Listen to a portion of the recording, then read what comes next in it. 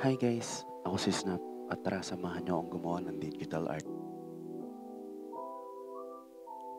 Fan art pala to guys at ang ating reference ay isang model at beauty queen na si Ma'am Joselle Rosas. First, kung makikita niyo meron na tayong nagawang line art at sinunod na natin yung buhok na part.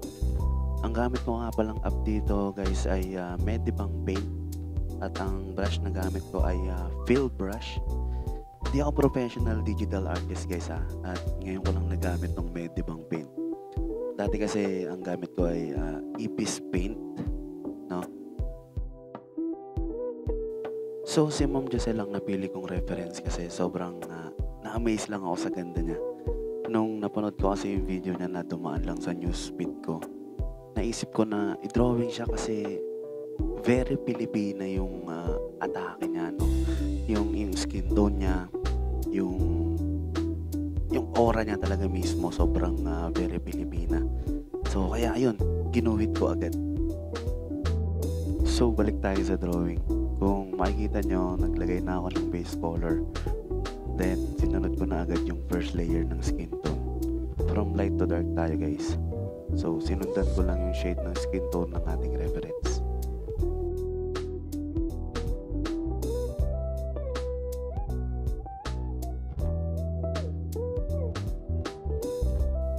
Next is yung second layer na ng skin tone natin. Nga pala guys, no, need natin i-adjust minsan yung shading natin kasi hindi na siya bumabagay sa artwork kapag masyado ng OA, no? So parang jowa mo lang yan na tuyuin. Need mo mag-adjust. Okay. Same goes dun sa third layer ng skin tone at dun sa iba pang layer. Hanggang sa ma-achieve mo na yung magandang outcome ng shade ng skin tone. Dito nilagyan ko na din ng shade yung eye part at inayos ko na rin iba pang details.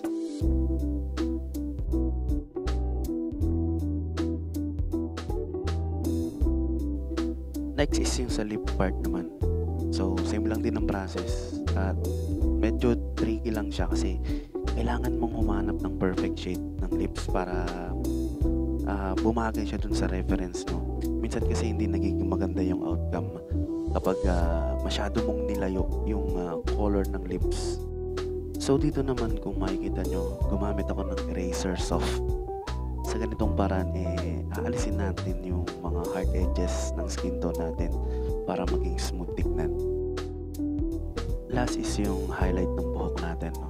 So tip lang guys, huwag nyo masyadong damihan yung highlights, no? Kung ano lang yung mga nakikita nyong very light shade, no, o dun sa reflection ng ilaw dun sa reference nyo, yun lang yung lagyan nyo kasi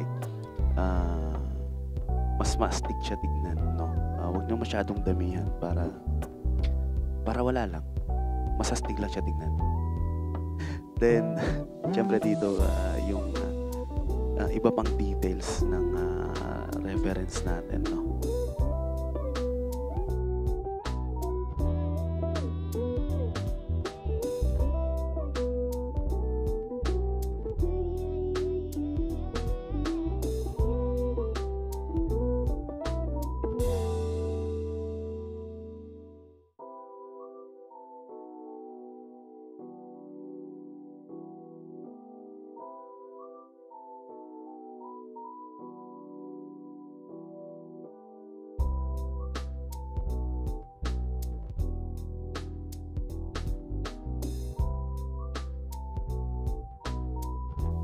At naubusan na ako ng sasabihin kaya ipapakita ko na lang sa inyo ang final result.